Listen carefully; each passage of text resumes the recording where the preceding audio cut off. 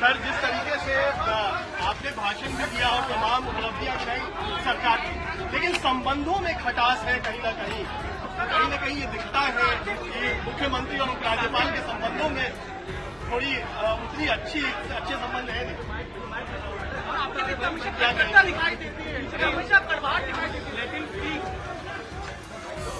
देखिए, इसमें कोई शक नहीं है कि पिछले कुछ दिनों में कुछ जो मर्यादाएं होती हैं बोलने की वो टूटी हैं। लेकिन एक बात मैं कहना चाहूंगा, एक पेड़ ने बड़ी खूबसूरत बात कही है हवा के लिए, वो मैं यहाँ पर कहकर आपके सवाल का जवाब दे रहा हूँ कि रोज गिराती है पत्ते मेरे, फिर भी हवाओं से टूटते नहीं है रिश्ते मेरे। तो रिश्ते बने रहेंगे ऐसा? बिल्कुल बने। ये हमारी सरकार है, हमारे रिश्ते कैसे खराब होते?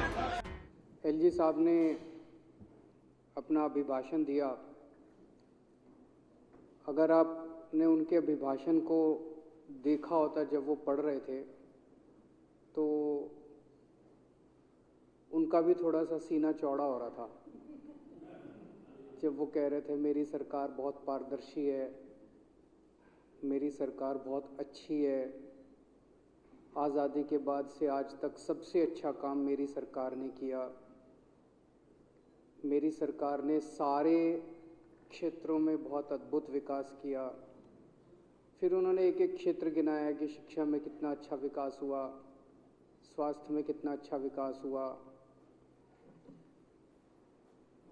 मैं उन्हें बस ये कहना चाहता हूँ कि हम आपको और मौके देंगे सीना चौड़ा करने के, अगर आप हमारे कामों में टांग ना अड़ाएं तो। दिल्ली के शिक्षा के क्षेत्र में इतना जो अद्भुत काम हुआ, मैंने, मनीष सिसोदिया जी ने, हमारे एमएलएज ने, हमारे मंत्रियों ने तो एक तरह से फैसिलिटेटर का काम किया। असली काम तो हमारे टीचर्स और प्रिंसिपल्स ने किया। उन्होंने कड़ी मेहनत की बच्चों के साथ।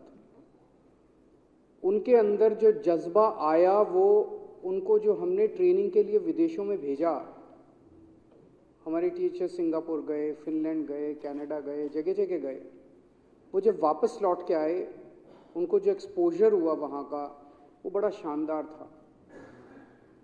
तो अभी तक मेरे ख्याल से 1100-1200 प्रिंसिपल्स जो हैं वो अब्रॉड जा चुके हैं। अब दिसंबर में और मार्च में कुछ और प्रिंसिपल्स को जाना था, उसको एलजी साहब ने रोक दिया। एलजी साहब ने उन टीचर्स को विदेश नहीं जाने दिया। इससे किसका फायदा हुआ? किसी का फायदा नहीं हुआ। बच्चों को भी फायदा नहीं हुआ, शिक्षा का भी फायदा नहीं हुआ। सो मैं एलजी साहब को कहना चाहता हूं कि आपकी इन सारी अड़चनों के बावजूद हमने इतना अच्छा काम किया है। अभी दिल्ली में मोटे मोटे तौर पे बड़े जितने भी हमने काम किए हैं, वो सारी पॉलिसीज़ पे रिसर्च और फाइनल पॉलिसी ड्राफ्ट वहाँ डीडीसीडी में बनता है। इलेक्ट्रिक व्हीकल पॉलिसी बनी, और फेसलेस सर्विसेज की पॉलिसी बनी, डोर स्टेप डिलीवरी की पॉलिसी बनी, बहुत सारी पॉलिसीज़ बनी वहाँ पे। एक दिन एलजी साहब ने एसडीएम भेज के डीडीसीडी के वाइस चेयरमैन जास्मिन के दफ्तर को सील करा दिया, ताला लगा दिया। ये तो गुंडागर्दी है।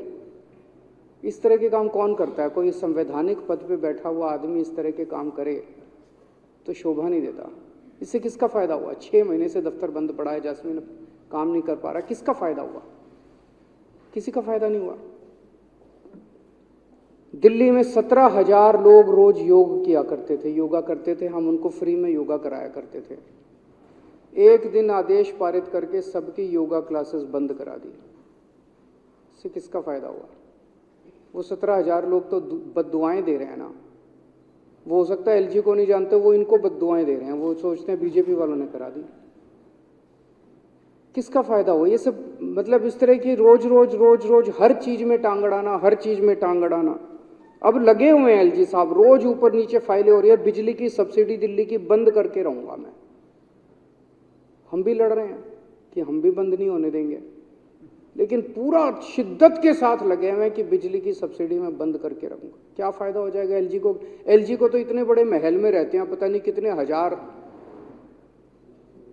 यूनिट बिजली फ्री मिलती है, एक लोगों को 200 यूनिट बिजली फ्री मिल जाए तो तकलीफ होने लग जाती है। मेयर के चुनाव नहीं होने दिए, अल्टीमेटली सुप्रीम कोर्ट से उनको जब आदेश आए तो मेयर के चुनाव हुए, हम लोग जीते। जब हम लोग जीते तो सबको पता चला कि कितनी गलत काम कर रहे थे ये बीजेपी वाले एलजी साहब। दिल्ली का बजट रोक लिया, बताओ क्या फायदा हुआ दिल्ली का बजट रोक के? एक जरा सी एक फिगर इधर से उधर नहीं करी, same budget, exactly same budget प्रस्तुत हुआ विधानसभा के अंदर। अहंकार है बस, अहंकार के अंदर बजट रोक लिया दिल्ली का 2 दिन। एक काम बता दो पिछले 8 साल के अंदर जो दिल्ली के एलजी ने अच्छा काम करके बताया, कोई अच्छा काम बता दो, एक काम, एक काम बता दो, आधा काम बता दो जो दिल्ली के एलजी ने अच्छा कराओ। तो चारों तरफ माहौल यह है कि दिल्ली का एलजी तो बेसिकली काम रोकने के लिए, दिल्ली को रोकने के लिए बनाया जाता है। मैं एलजी साहब को कहना चाहता हूं, सर आप गुजरात से आए हो, हमारे मेहमान हो, बाहर से आए हो, आपको दिल्ली का कुछ नहीं पता। मैं नहीं समझता कि उनको दिल्ली की 70 विधानसभाओं के नाम भी पता होंगे, मैं नहीं समझता कि उनको दिल्ली के कुछ सड़कों के नाम भी पता होंगे। तो आप बाहर से आए हो, गुजरात से आए हो, आपको दिल्ली का कुछ पता नहीं है। अफसर इधर की उधर पढ़ा देते हैं, इधर की उधर पढ़ा देते हैं, ये इनकी भी नहीं सुनते, ये भी बताते हैं जब मेरे को मिलते हैं, इनकी भी नहीं सुनते एलजी साहब। उनसे मैं कहना चाहता हूं कि थोड़ा सा मिलजुल के काम करो। हम भी मिल के काम करना चाहते हैं, हम लड़ाई झगड़ा नहीं चाहते, हम मिल के काम करना चाहते हैं। आने वाली पीढ़ियां क्या कहेंगी कि ये आपस में लड़ रहे थे? अभी हमें बहुत काम करने हैं, बहुत यमुना साफ करनी है, पूरी दिल्ली में सीवर की पाइपलाइन लगानी है, घर घर सीवर लेके जाने हैं, पानी की पाइपलाइन लगानी है, नए नए एसटीपी लगाने हैं, ट्यूबवेल लगाने हैं, इतनी बसें खरीदनी है, पोल्यूशन ठीक करना है, ट्रैफिक ठीक करना है। मिलके करते हैं ना, काम की कमी थोड़ी है, मिलके करते हैं ना, लड़ते क्यों हमसे? और हमारी मदद लो, लॉ एंड ऑर्डर में हम आपके साथ मिलके काम करेंगे, दिल्ली सुरक्षित होएगी। ये कोई हिंदुस्तान पाकिस्तान थोड़ी है। डीडीए में हमारे साथ मिलके काम करो, मिलके काम करेंगे, दिल्ली में अच्छा वो होएगा। ये डबल इंजन कहते हैं। जिस दिन दिल्ली के सीएम और दिल्ली के एलजी ने मिलके काम करना चालू कर दिया, ये असली डबल इंजन की सरकार है।